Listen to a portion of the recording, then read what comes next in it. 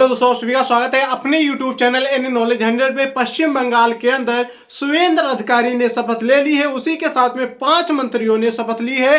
अब आप इस क्लास के अंदर जानेंगे कि उन मंत्रियों को कौन कौन से पद मिले हैं और तमिलनाडु के अंदर जो सरकार बनने वाली थी विजय थालापति की, क्यों उसमें डिले हो गया है, क्यों उसमें रोक लग गई है, ये सारी बातें हम आपको बताने वाले हैं। तो सभी साथी दोस्त वीडियो को पूरा देखेंगे जिससे कि आपको सारी जानकारी सही तरीके से समझ में आ जाए। चलिए दोस्तों एक बात बताते हैं आपको, मंत्रिमंडल के प्रमुख बिंदु के तौर तरीके से पश्चिम बंगाल के सीएम शपथ समारोह में आज ही के दिन 9 मई को सीएम समारोह हुआ था शपथ का, जिसमें 20 मुख्यमंत्री आमंत्रित किए गए थे पश्चिम बंगाल के अंदर, जिसमें अपने उत्तर प्रदेश के आदित्यनाथ योगी भी उस समारोह में गए और बिहार के सम्राट को पीला अंगोछा पहनाया। और यहां पे एक चीज और भी याद रखने वाली बात है योगी के लिए कि यहां पे दोस्तों योगी सरकार ने, योगी जी क्या किया था, यहां पे 35 रैलियां की थी, मतलब कि 35 सीटों में 35 विधायकों के क्या किए थे, प्रचार करवाए थे।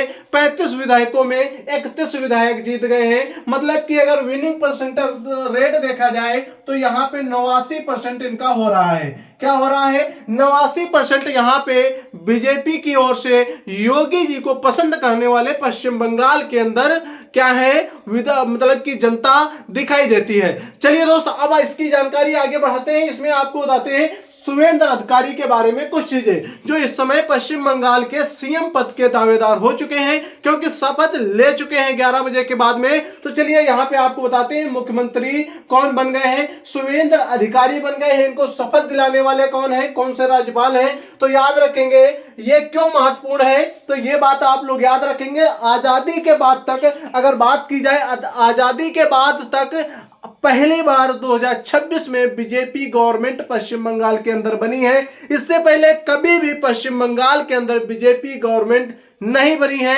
मतलब कि स्टेट में बीजेपी गवर्नमेंट नहीं बनी है। चलिए यहां पे बात करते हैं, आपको बताते हैं आर.एन. रवि जो यहां के राज्यपाल है, गवर्नर है, इन्होंने क्या दिलाई है, यहां पे शपथ दिलाई है किसको, सुवेंद्र अधिकारी को। सुवेंद्र अधिकारी के साथ में 5 और मंत्रियों को शपथ मिली है।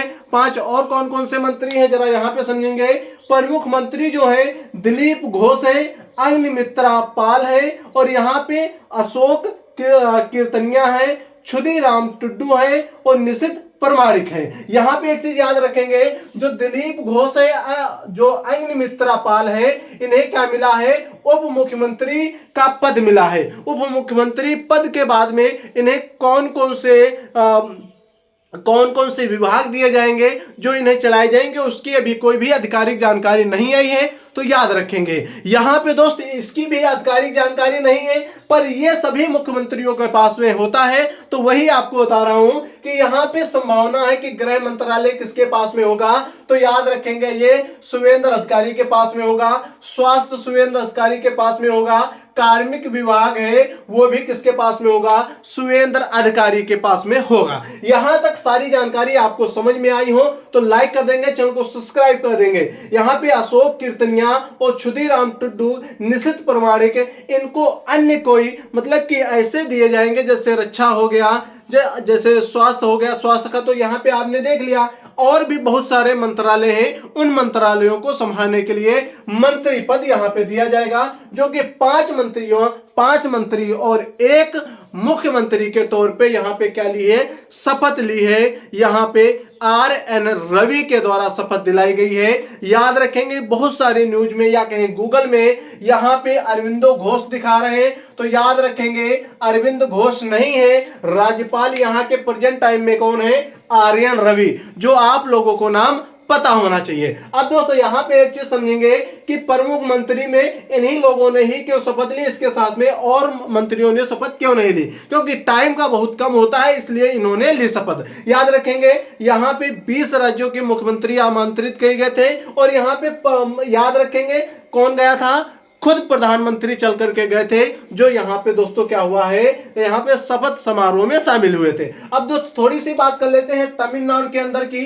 तमिलनाडु के अंदर की बात करेंगे, जब तमिलनाडु के अंदर की बात करेंगे तो विजय थालापति जो टीवी के टीम के क्या बने थे, यहाँ पे याद रखेंगे प्रमुख फाउंडर रहे। 2024 में इन्होंने क्या की, 2024 में इन्होंने पार्टी का गठन किया और 2026 में सीएम पद के दावेदार हो गए। जो कि विजय एक पेशे से कहे जाए तो क्या है, क्रिएटर है, मतलब कि मूवीज बनाते हैं, हीरो का रोल निभाते हैं और आज वो हीरो का रोल निभा रहे हैं जो तमिलनाडु को गवर्न कर रहे हैं, मतलब कि तमिलनाडु को सीएम पद के दावेदार हो रहे हैं। चलिए दोस्तों, इससे पहले हम एक बात और आपको इसमें बता दें, शुवेंद्र अधिकारी की कुछ राजनीतिक गढ़ बता देते हैं जिस तरीके से आपको समझ में आ जाए। यहाँ पे दोस्तों दो टीएमसी से पहले ये जुड़ गए थे, याद रखेंगे। यहाँ पे शुवेंद्र अधिकारी टीएमसी से पहले जुड़े थे, मतलब कि तृणमूल कांग्रेस, जो ममता दीदी हैं, ममता दीदी की टीम से आते थे। 2020 में ममता दीदी के टीम से निकले, ममता दीदी के टीम से निकल करके यहाँ पे इन्होंने 2021 में विधायक पद के दावेदार हुए। विधायक पद के दावेदार हुए, 2020 में निकले, 2021 में क्या हुए, विधायक बन गए बीजेपी गवर्नमेंट से, क्योंकि बीजेपी में शामिल हो गए थे। उसके बाद में 2026 में इन्होंने क्या किया, 2026 में इन्होंने क्या किया, भवानीपुर से, कहां से, भवानीपुर से इनको किसको हराया, ममता दीदी के सामने खड़े हुए और इनको 15,000 वोटों से क्या किया, 15,000 वोटों से इनको हरा दिया। किसको, ममता दीदी को 15,000 वोटों से हरा करके सीएम पद के दावेदार बन गए हैं। कहा जाता है कि ये जो यहाँ पे तो आप एक नाम देख रहे हैं शुवेंद्र अधिकारी, वो क्या थे, वो पहले किसके करीबी थे, याद रखेंगे। ये करीबी किसके थे, तो एक बात याद रखेंगे, यहाँ पे ममता दीदी के सबसे करीबी थे। इनके बाद में जब ये टीम से निकले हैं तभी क्या इनको सारी वो बातें पता थी जिससे कि टीम का भंडाफोड़ किया जा सके, टीएमसी का। वही जो डर था पश्चिम बंगाल के अंदर ममता को, वही हुआ और लास्ट में वही होकर के बीजेपी गवर्नमेंट ने कितनी सीटें जीत कर लाई है, तो याद रखेंगे शुवेंद्र कितनी सीटों से बने हैं, 207 विधायक यहां से बनते हैं, 207 में बहुमत प्राप्त होता है, जिससे कि यहाँ पे दोस्त ये शुवेंद्र अधिकारी शपथ आज ले लिए हैं। मतलब कि पश्चिम बंगाल के अंदर पहली बार बीजेपी गवर्नमेंट का कौन सा मुख्यमंत्री बना है, तो शुवेंद्र अधिकारी नाम करंट अफेयर में आप लोग डाल लेंगे। इसके बाद में आता है तमिलनाडु के अंदर, हमने आपको बताया कि टीवी के 2024 में बनी, जिसके फाउंडर विजय थालापति रहे।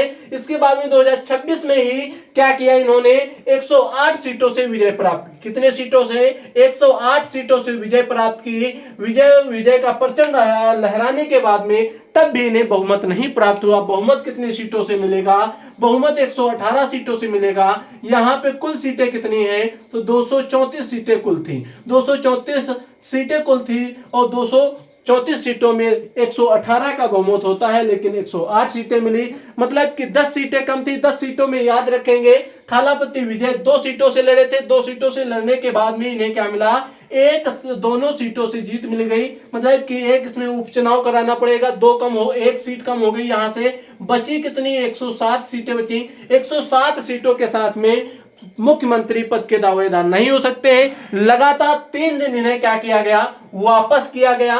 किसने, राज्यपाल ने इन्हें वापस किया।